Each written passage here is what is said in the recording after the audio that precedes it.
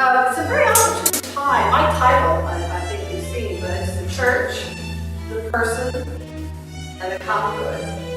Reflections on Catholic and Social Thought. It's a very opportune time for the Institute to adopt Humanitas, which is, after all, the destiny of a human person. And it's also the unifying force of culture, which is of the very essence in terms of this organization. It also is one of the major hungers of people today. During this particular month, January, those two concepts of the human person and the common good are before us in very different ways. Tomorrow, we will hear the report of today, as we are poised today to discuss the consequences of which I don't think we can imagine. This past Wednesday, we marked the 30th anniversary of Roe versus Wade, one of the most reprehensible attacks against the human community. This also is the month of poverty awareness. We have over 30 million who are classified as poor, and the threshold of that classification is really quite low. We're also marking the 40th anniversary of John XXIII's encyclical Pacem Terris, which, as well as Vitae passages, focus very specifically and optimistically on the panoply of human rights and the obligations as they are directed toward and experienced within humans.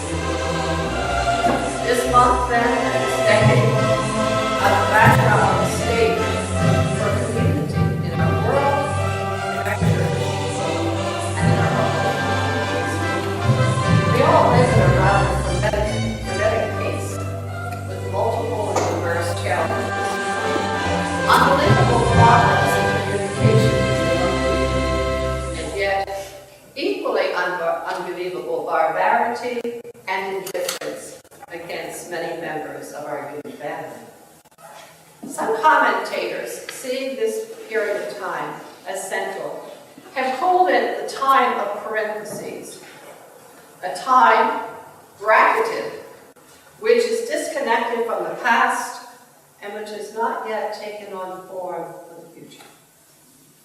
Some join the Victorian poet Matthew Arnold's lament that his era was caught between two worlds, one dead, the other powerless to be born. Others prefer Yeats' very simple and provocative statement, things fall apart. The center cannot hold. Others have used a nautical image and suggested that both society and our church today have lost their moorings and a compass is not immediately at hand. Others, with a great deal of optimism, project the end of this modern age, which is now called post-Christian, and there's an emergence of a new era, marked by global interdependence and world solidarity. Karl Rahner, just a few decades ago, the great theologian, observed that the post-Vatican II church was experiencing a change that was similar to the only other one like it that had occurred in history. And that was back in the 1st century, with all that that change in mission to the Gentiles implied. And on that global note, it's interesting to observe that some commentators opine today that while world economic power has shifted totally to the United States, moral power may be shifting to the United Nations, which historically has been rather grand in community design, but rather weak in results.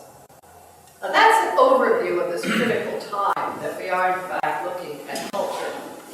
It represents a patchwork, perhaps, of current opinions about our situation as we look at the human person and the common good within the social teaching of our church. No matter what the optimist or the pessimist say, we as Christians always remember that Christ, the Alpha and the Omega, remains with us, and the fire of the Spirit is never extinguished. Or to say it better poetically, with Gerard Manley Hopkins, the Holy Ghost over the bent world broods with warm breast and bright wings. Now, to carry through on that metaphor of wings, the wings that will take us through confusion, chaos, alienation, exploitation, ignorance, and prejudice are our memories and our imaginations, the bedrock of our Christian dispensation. Our task today is to consider the social teaching of the Church, and we have to reach back into history to grasp our great heritage and then project ahead with our imaginations. Vatican II was very clear. The task of the Christian, particularly the lay Christian, which this group is composed of, is to penetrate the culture with the gospel. To do that, we must, on one hand, avoid the homogenization of the gospel, and on the other, which is a greater danger in our country, the marginalization of that gospel. Very briefly then, this is what I'm going to try to do. And I think I can do it briefly and quickly because of the backgrounds that you all bring to this presentation and subsequent discussion. First of all, I'd like to review with you some of the sources of Catholic social thought as it has evolved. Then I want to look at very briefly, and probably inadequately, two foundational concepts, the human person and the common good, within the overall context of our Catholic social thought, which, by the way, is often described as the best-kept secret in the Church. However, many, from the outside world would say that it's the only consistent, coherent, moral approach that is available to deal with the complexity of challenges we face. And thirdly, quickly, I'm going to project those foundational concepts onto a very broad brush canvas of our current moral worldscape and identify just a few issues that call for our prayerful reflection and our reasoned dialogue if we are indeed to fulfill our task to permeate the culture with the gospel. You know, it's a little bit like the signs of the times, that crisp little phrase that we have used so freely since Vatican II. The signs of the times, to look at what is happening and then put it through the prism of the gospel. And the few I've talked with, some are in management here, so the contemporary management concept is trend blasting. That you go through the trend, pull out the parts, blast it apart, and see what is relevant. And that's what our Christian obligation is, to look at the present situation, work at the details, and then say, where does the gospel call us to speak and to act? So first of all, and many of you in the group are better prepared than I for this, so if we have any questions, I have the freedom to divert them to the specialist in the room. It's wonderful to have a group that has such talent within it to speak with, because you always can be reinforced or argued with, which is also helpful too. First, some high points and major sources in the evolution of Catholic social thought. There are basically three sources. It's Scripture, natural law, and church teachings presented by the popes and the various bishops' conferences. The latter two, particularly in a very practical manner, do that reading of the signs of the times or the trend blasting that I spoke of. First of all, Scripture. What does Scripture bring to us today as we look around us in a world which is fractured and a world which is at unrest? The social teaching has its roots very firmly in the Old Testament. From Genesis forward, one finds invitations to live a social ethic which values the dignity of the human person and the rights and duties of each person to advance the common good. Not called that, but the meaning is inherent. Indeed, as we look at our contemporary role of stewardship of God's creation, this was affirmed in the earliest biblical narratives. It is the prophets of the Old Testament, and this morning we heard of Jonah, who got off easy in today's reading, but it's the prophets of the Old Testament who, in their stridency and their persistence, most courageously affirm the claims of the poor and the vulnerable on us, especially widows and orphans. They attested to the dignity of the worker, They inveighed strongly against exploitation by unfair business practices and unusual aggression. The prophets also kept the ultimate goal of the human community in view as they imaginatively conceived that day when the symbolic lion and lamb would live in peace, the day that we're all longing for. A day when weapons would become implements of cultivation rather than destruction. Justice would roll down from the mountainside, and God's impartial love would be an ever-flowing stream. The Psalms, too, praise the dignity of the person, but they offer two contrasting worlds. One where persons live in harmony, and the other where there is conflict and little regard for the humanity of others. While in the Old Testament, justice as frequently must be restored through divine intervention, the New Testament places greater responsibility on the individual person and the community. Christ's new commandment gave us the model of your theme, communitas. It stresses obligations and duties to God, to our neighbor, and even to our enemy, the real test.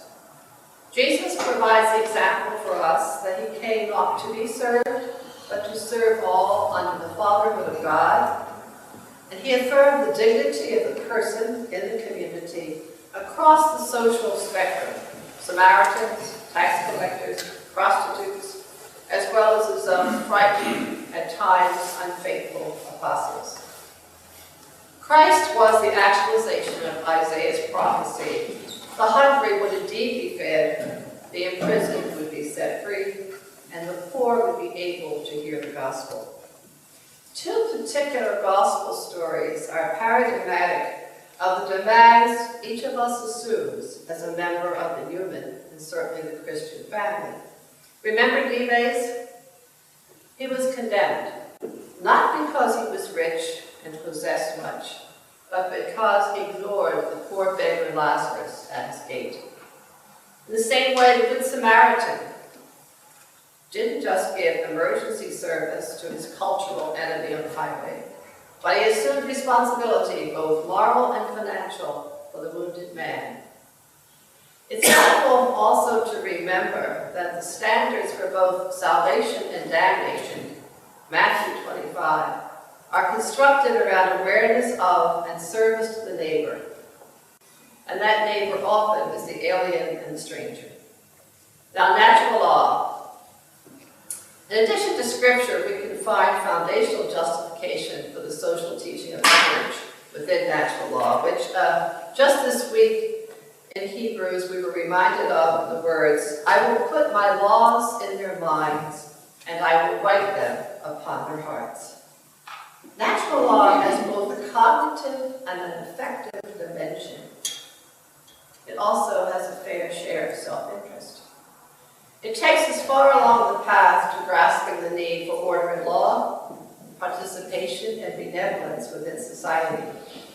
It also leads us to an understanding of the purpose of human life and an appreciation of a social order which allows for and encourages the development of every person. Reason, without any assistance from faith, can recognize the logic in having rules for social interactions, duties and responsibility to the needy within a group. Reflection can draw us to some of the same conclusions our faith imposes, but intellectual honesty and a fair share of humility are also required. It is very easy when we rely totally upon natural law to kind of do some fuzzy reasoning and blinding emotionalism, which justifies basically irrational actions. Let's move down again, as I warned you, quickly to church documents. And I am going to pass out to you a paper in just a few minutes that gives you a background of the historical evolution of the church teaching, and a document from the Bishops' Conference, which will also highlight some of the concepts that are related to both the dignity of the person and the common good. And I'll ask Mary Jo to do that at the appropriate time. The social thought of the church has developed and has been drawn from the leaders and thinkers within the church for a long time, even though there's a very large gap between apostolic times and the 19th century, which is the beginning, in late 19th century, which is really the beginning of the formal papal and episcopal tradition of preparing documents on social issues. There has, however, been a steady stream of church literature on the dignity of the person and his or her development through the family and the human community. The social teaching of the church grew basically out of both the intellectual, the moral, and the pastoral concerns raised by changing contemporary issues. In the patristic age, writers like Clement, Basil, John Chrysostom, Ambrose, and Augustine discussed issues which are still very, very relevant in this postmodern, post-Christian era, and I would say also are still very controversial.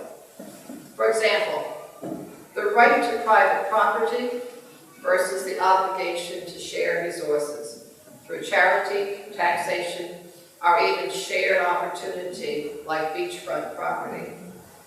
The use of deadly force to defend oneself, the just war theory, which has gained such prominence in recent weeks and months. The Church's teaching on capital punishment is a very interesting example of evolutionary development over the years, even to a very recent change within the Catechism of the Church. Would you, Mary Joan, please distribute them? As you look at this outline, it's going to be very apparent that since the close of the 19th and throughout the 20th century, the popes have responded to the social problems, particularly those created by the Industrial Revolution and the subsequent developments, even to the current information knowledge society, the massive advances in communication, the post-colonial and post-totalitarian socioeconomic conditions, and the unequal distribution and use of the world's resources. Now let's take a look at the bishops. The yellow paper is just going to go down the papal ones. So you can see the themes that are highlighted by the popes, and on the back of that sheet, this is for future work, the readings that are most appropriate for any of these particular topics that you would like. Right? So you don't have to look at that with too much attention right now. I said I'll be the hard professor down and say for a little bit later, because I think it's helpful to have it in hand when you get to the topic. It's also important to note that in addition to the popes, who have given us so very much, and as you look down that, you will see very easily the point I made about the signs of the times, because as you see at the end of the 19th century, the church was suffering, and I'll speak a little bit about this in a minute, speaking a great deal about the effects of the Industrial Revolution on people, particularly the workers. You move up, and there's an interesting development that on the anniversary of that seminal document, successive popes have written documents to mark that anniversary.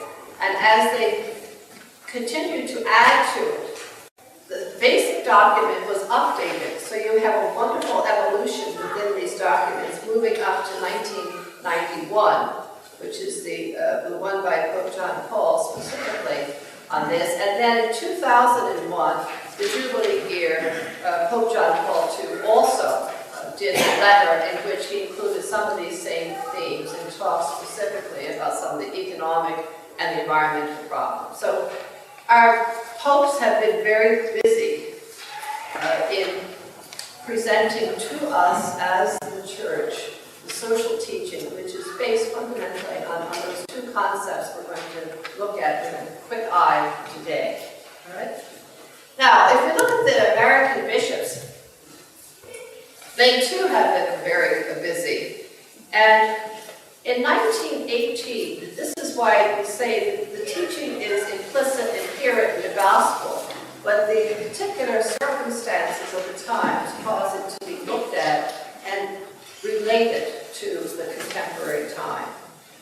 In 1918, Father John Ryan, who was a professor at Catholic University and a staff member of the National Catholic War Council, as the Bishops' Conference was called then, because he's established. It's gone through 3 or 4 different iterations of titles, which is now the United States Catholic Conference of Bishops, USCCB, which is a little different from what the NCCB that we were associated with, but which became very confused with the NCBC, which John heads up. But anyway, back to that document. He drafted in 1918 a seminal document on social reconstruction. This was approved by the bishops in 1919. That document is remarkably contemporary in the issues that it raises. I guess it's a point of assurance it's the same human nature today as before. It's also a disappointment that we keep going back to the same issues and the same points. The document is raised in the preamble practically and prophetically declares the only safeguard of peace is social justice and a contented people. Paul VI, with our modern bumper sticker mentality, has said to us, if you want peace, work for justice. So the same theme in 1919 that was approved by the bishops is still very much before us. Earlier, though, Cardinal Gibbons had encouraged unions in this country, and he had established support for the Knights of Labor. This 1919 document affirmed that. It was very explicit as well about a living wage, not minimum wage, a living wage, conditions for women workers, the abolition of child labor, social insurance against disability, illness, and old age. Several of the bishops pointed out that the U.S., in establishing this social program, had a major advantage over Europe because most Catholics in the U.S. were poor, and there was no need to satisfy or appease the upper class, a situation which had frustrated and caused difficulty to European bishops. Labor issues, which some would suggest is a true measure of respect for the upwardly mobile and the human person, is still quite neuralgic in this country. Recent dialogue which occurred between the Catholic Health Association, the Leadership Conference of Women Religious, and a committee of the bishops, as well as labor leaders, including John Sweeney, the president of the AFL-CIO, had to end on a note of somewhat a degree of harmony, but also several points where they had to agree to disagree. Recent documents issued by the U.S. bishops, particularly the pastoral letters, Economic Justice for All, to remember, the Challenge for Peace, have created significant interest, and again, a large share of controversy. Remember when we saw that cover story of America magazine several years back, and it was Mater si, Magister no. It was Church, be our mother, but do not be our teacher. We get some of the same thing as each of these comes out, which has its upside, causing a lot of debate, which makes us know the principles better and reflect them. But it also is sad that we as church are not unified in some of these issues. In the year before each presidential election, the Bishops' Conference publishes and circulates a document which is to point out to every voter, Catholic voter, that indeed we are responsible. I thought I had one here, perhaps not. We are responsible for the people we put into office, and they somewhat shame the fact that Catholics have no better a percentage rate of voting than do other faiths. As a matter of fact, in some areas, the percentage of Catholics voting is less than that. This comes out every year to remind us that we do have an obligation. At the present time, a committee is working in Washington on that for the 2004 election. The themes for 2000 for that election were protecting human life, promoting family life, pursuing social justice, practicing global solidarity. A similar document to this is now being prepared. How many of you have seen this before? All right, that's very interesting. We have 4 or 5 people in this room who've seen it before. That's one of the problems, I think, communication is, that we don't have it. Look for it this year and talk about it. But I asked that question. I serve on the Domestic Policy Committee of the Bishops' Conference, and one of the things we keep saying is we have good documents, but unless they reach the people and are discussed by and with the people in the pew, the person in the pew, they don't do very much. How many have seen this one? A Place at the Table. Recent document on poverty in the United States by the bishop. Anyone? Okay, one person. So I think the conclusion of that is we need better communication. Maybe I can help us with that. How many have seen this before? Okay, well, we have a few things there. And these have been prepared basically for parish groups. For discussion groups within the parish, lay groups particularly. All right, now the concept of the human person and common good. These are very complex terms, and we use them a great deal. And we've got a little fence around them here as we're talking about them within this group. The most basic realities are often the most difficult ones for us to define and express in clear, crisp language. And I think that these two concepts fall into that category. They're, well, at the same time, deceptively simple and marvelously complex. And we find ourselves moving between 2 poles of principled ethics and virtue ethics as we talk about them. So if it doesn't sound like it's making a whole lot of sense, we'll call on our ethicists to work afterwards, all right? Most of us, I think, within this group, probably were introduced to the human person as man is a rational animal in our basic philosophy courses. Rationality would then lead us to truth, and truth would lead us to freedom. The New Dictionary of Catholic Social Thought gives us a 3-point, a trivalent insight, and I'm going to read this to you. Human person refers first to the distinct selfhood of the individual, something that is unique and incommunicable. Secondly, the person is one who is the subject of rights and duties, and who is therefore an end and never a means.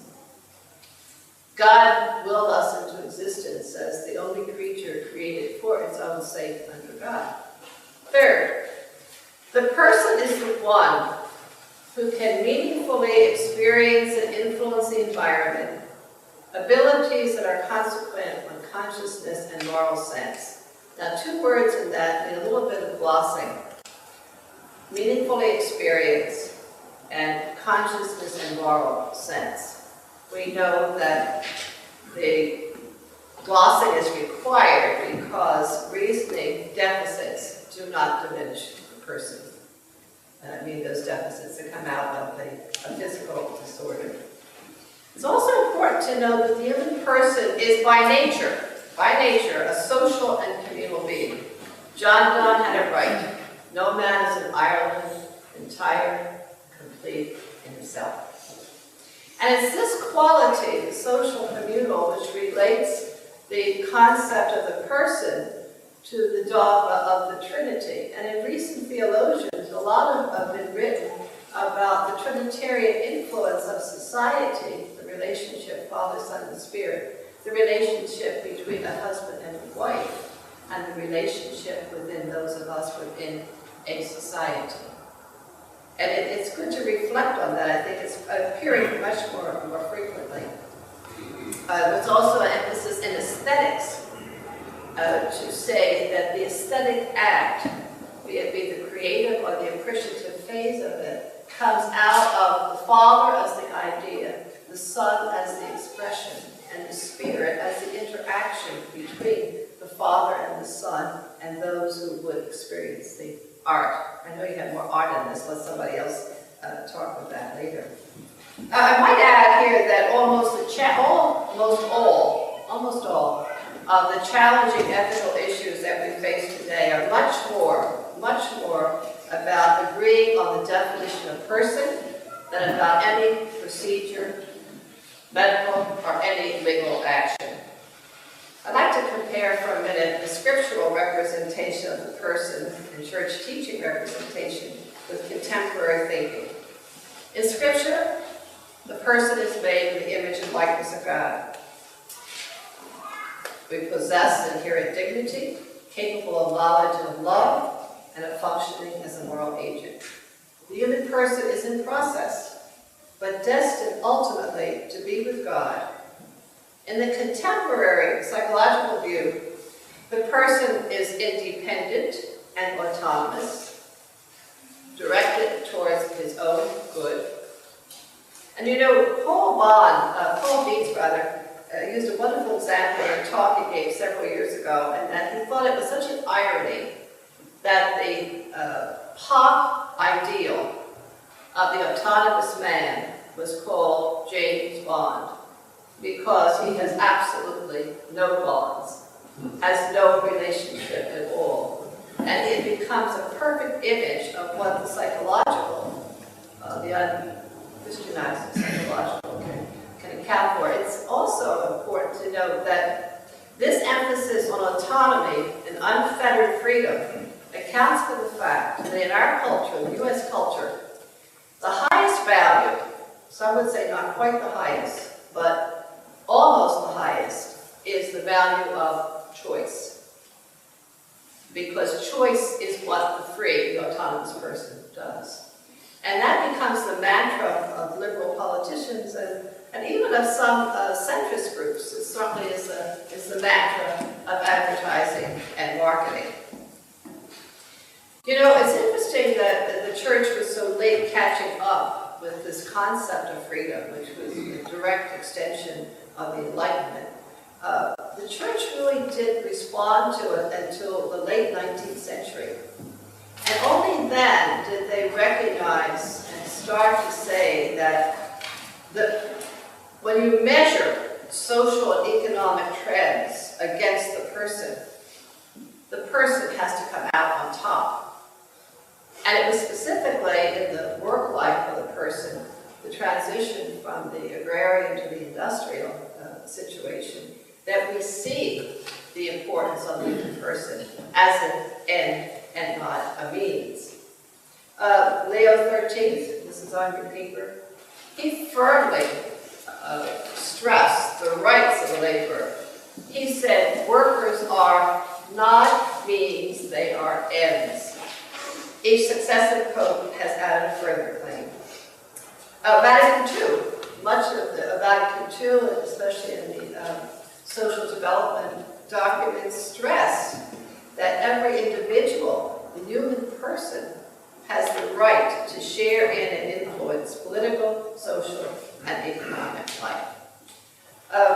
1971, the document from the Synod of Bishops stressed the right and the responsibility of each person to participate in the human enterprise. Pope John Paul, with his personalist philosophy and this phenomenological approach, has integrated in capstone all previous papal writings and his concentration on the human person. His major contribution, I think, is the manner in which he has developed solidarity among peoples. The solidarity is based on the dignity of the person under our common Father, our interdependence as members of the same human family redeemed by Christ. That's all I'm going to say about human person, but we can flesh out some issues or talk about them a little bit later. But I think we go back to the point, those 3 points that were made initially in that definition. Now, the common good. Here there are 2 complementary interpretations or better components. The first states that humans were created by God, not for life in isolation, but for the formation of social unity. This communitarian character of human existence means that the good of each individual is bound up with the good of the community. The obligations of both justice and love can only be fulfilled when each person contributes to the common good in accord with his and her abilities and in light of others' needs. In this approach, the common good becomes a social reality in which all persons share through their participation in a common project, which is the penetration of the gospel into the culture. The second complementary definition is the sum total of conditions of social living, whereby persons are enabled more fully and easily to achieve their own perfection. In this view, the common good is only guaranteed when personal rights and duties are secured and maintained. There's two sides. The first, the individual's contribution and participation. The second, the condition achieved by such contribution and participation. There are two sides of the same coin. The common good, go back to human person, opposes individualism, and go back to the concept that persons are ends, not beings. It's also against collectivism. That solidarity, championed by Pope John Paul II, is, in his words, a firm and persevering determination to commit oneself to the common good. It is there where charity and justice merge, or, as Pope John Paul has indicated, solidarity becomes both a theological and a moral virtue and the distinguishing mark of Christ's disciples. Pope John Paul cautioned that without this sense of solidarity, which is really an appreciation of both the person and the common good, only extreme individualism, in which each one claims his own rights without wishing to be answerable for the common good, will be available. Now, this commitment to and responsibility for the common good is not limited to individuals and small communities, entities. It applies to governments and larger groups. Government at all levels is responsible for that part of the common good which enables society to function as a community of fellow citizens. It becomes an infrastructure to the operation of society. John 23rd in Pacem in Terris saw problems in the world. He saw existing ones, but he also saw many in the future. He said, at this historical moment, which was, remember, 1963, we're now in the 40th anniversary of that document. At this historical moment, the present international system of organizations and the way its principle of authority operates on a world basis no longer corresponds to the objective requirements of the universal common good. You will recall both of the addresses of Paul VI and John Paul II at the United Nations are masterpieces of reflections on the person and the common good, not from the individual, the family, the state, but from the international, the world, the global perspective. Recently, John Paul II has also expressed his concern for the environment and has classified the environment under the common good. Now, what does all that mean to us? I'd like now to give you a few points in our contemporary society of the signs of the time and see what that means to us as Catholics. First of all, in justice in the world, we have the obligation, because justice in the world is stated very clearly. Action on behalf of justice and participation in the transformation of the world fully appears to us as a constitutive dimension of the preaching of the gospel, or in other words, of the Christian mission for the redemption of the human race and its liberation from every oppressive situation. I'd like to take a look at 5 areas, quickly, which invite us to reflection, and I hope action, because they relate so closely to the meaning of the human person and the common good with within our church teaching. They are respect for life, family, needs of the poor, homelessness, hunger. By the way, the United Nations adopted the goal that by 2010, we would have eradicated poverty on the world scene. We've got a lot of work to do. That's 2010. They had to expect it too. They had hoped for it earlier. Healthcare and globalization. Poverty and healthcare and globalization. Again, I remind you that the integration of the church's teaching is not an easy task, and our personal obligation to penetrate the culture of the gospel is not easy, simply because we have to deal with choice, which puts the individual above the family, society, and the church. And we also know that materialism, consumerism, individualism can make us all deaf to the cries of the poor and blind to others' needs. In the papal documents, by the way, and also in our episcopal documents, there's great stress that every policy that any government or any procedure that any government institution would adapt would be processed through two questions. What does this do to the poor? What does this do for the poor? And I guess we can become very tolerant of behaviors in ourselves and others, which on reflection we might have to admit could offend the concept of both evil person and common good. We can look at that from we're all very good at rationalization, from overeating to driving too fast and to being among that 40 to 50% who don't exercise their right to vote. Respect for human life, the first one. Human life, we all know, we all agree in this room, is a gift of God, or maybe even better, a loan from God. However, we know life today, human life, is not valued and respected as it deserves. I was in Washington last week for a domestic policy meeting, and Rick Santorum came over to the Bishops' Conference to talk with us, and he told us that the partial birth abortion ban was not going to get passed.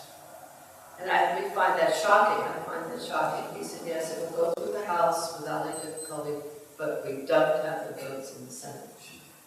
So that's a very frightening thing. How he's wrong, we all said to him, we hope you're wrong on this one. But maybe he will be correct. The violence against women and children is on the increase. Teenage suicide is on a very strong rise upward. Assisted suicide is quietly gaining support, even while physicians remain skittish. And despite some recent gains against the death penalty, I guess Dead Man Walking, its various version of book, movie, and now opera, has something to do with that. But if you've been reading the editorials recently, the action by Governor Ryan of Illinois certainly has caused the whole issue to come back with a vengeance. Maybe that issue is one of the best ones to show the interplay, the intersection of the dignity of the person and the common good, because the taking of any life erodes the overall respect of all life, and it does undermine the sense of community and solidarity. Family. In the order of things, we move directly in church teaching from the person to the family as a basic unit of society. Today, the family place as a basic unit is being threatened in an even more serious way, perhaps, than it was by the isms of the latter half of the 20th century. The traditional concept of family is now referred to as quaint, because it relies upon a mother and a father, a man and a woman, a male and a female, whose love generates offspring. A few years ago, in pre-cloning days, it was said that there were over 10 different ways for humans to reproduce, not counting the traditional method. Are we moving into a comparable period about the relationships that may qualify for marriage and that may qualify for family definitions? Responsiveness to the needs of the poor. This also links the human person with the common good in the social teaching of the Church. Whereas we realize conditions must be proper for the development of human persons. Currently, 12% of the U.S. population can be classified as poor. And a recent survey conducted by the Catholic Campaign for Human Development revealed this. Census figures released last September show that there are 33 million Americans in poverty, 1 million more than September a year ago. The poverty threshold for a family of four is still set by the federal government at $18,100 per year. But for a family of four to meet expenses, they should be earning $35,000 a year. The percent of people reporting they had given money to helping the poor went from 41% in 2001 to 32% in 2002. This is an interesting one. 40% of respondents knew someone living in poverty. 33% reported they had once lived in poverty. As one of the researchers on this said, I think they were all those college students who couldn't do all they wanted when they were in college, but that's a very high number, 33% who lived in poverty. And 50% were concerned that they might be poor at some point in life. Talk about anxiety. 50% worried about being poor. 19% see the lack of education as the cause of poverty, while 16% cite poor motivation as the principal cause. The next one is healthcare. Access to healthcare holds a unique position in the catalog of social needs and goods because so many goods depend upon health. It is a need. And yet, in our society today, particularly in the U.S., it has become a commodity. If we reflect back, the Social Security legislation of 1935 has been the major reason poverty among the elderly is now down.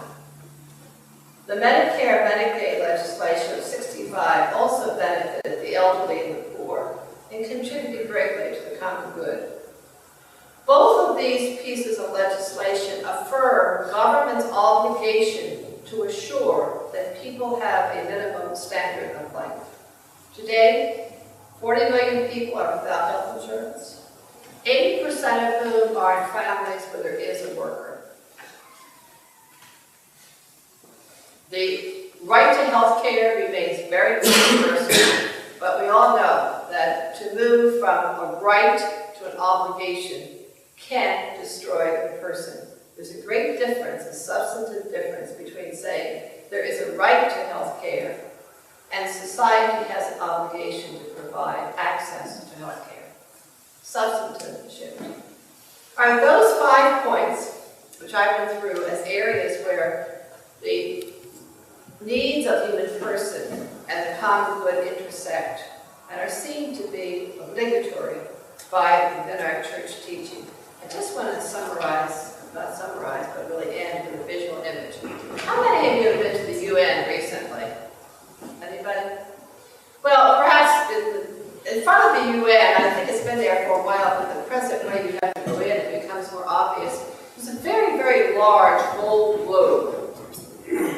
And in that globe, you look at it and it draws you to it because there's something that's not quite right.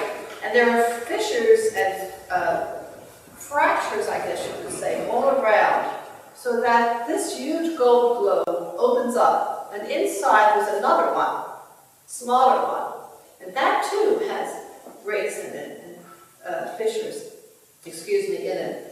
And the image, I'm quite sure, was to say that this represents the UN, which takes a smaller world and relates it to a larger world, and tries to build up the power that lies within the people in those worlds to affect peace. But it just struck me that maybe this is a good image for us to reflect on. Our world is in a troubled time, perhaps the time of parentheses.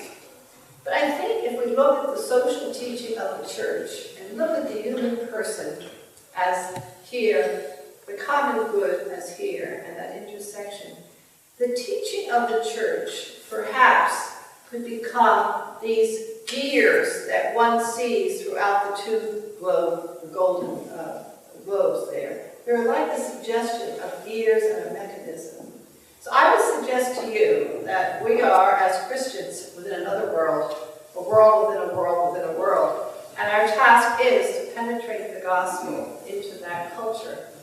And that gospel emphasis, most needed today, perhaps, is the work of the social teaching. So let's kind of think about the human person, that solidarity, and what do we have as individuals that can get those gears moving and can get the mechanisms in place to assure that that image from Isaiah, where there is peace, and the image from Jesus, where there is community, become a true experience reality.